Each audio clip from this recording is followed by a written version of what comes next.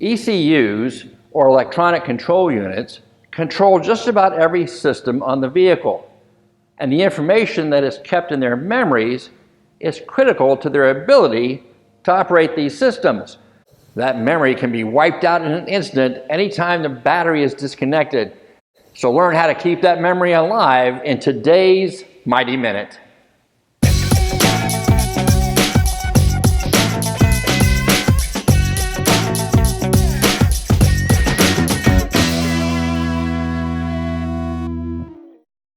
That could be something relatively minor like the radio presets for the infotainment system, or more critical like the values learned in the ECM that govern engine drivability, or even occupant safety. And every time that we disconnect the battery, whether it's to replace it or perform some other related service on the vehicle, we put those memories at risk unless we take steps to protect it.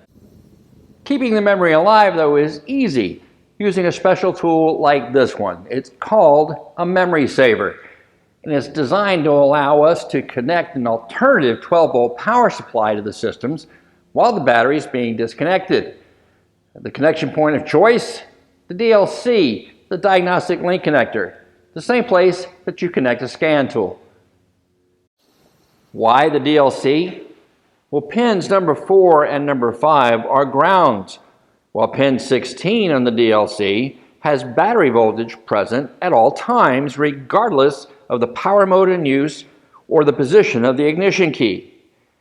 It's like jumping to the battery terminals themselves.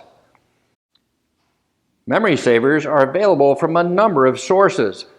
Look for a memory saver that is designed to work with your existing 12-volt jump box or has its own dedicated 12-volt power supply. Stay away from any memory savers you see advertised that rely on a 9-volt battery as the power source or are designed to be plugged into a cigarette lighter or power outlet in order to connect to the system. Access the DLC, then connect your memory saver to the power supply, a charged jump box or 12-volt battery. Some models, like this one, will have an indicator to let you know that you have a good connection. Next, connect the memory saver to the DLC. Now we can disconnect the battery, but be sure to always wear your personal protective equipment when performing any battery-related service. Always disconnect the negative battery terminal first.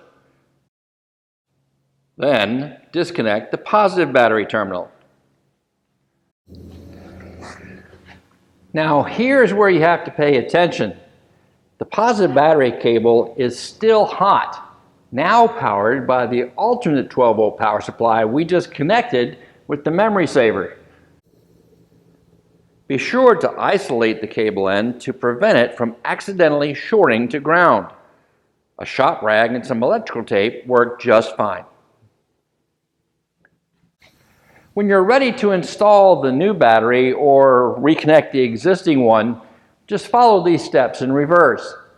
Take a moment to check the radio presets as one way to verify that your memory save was successful.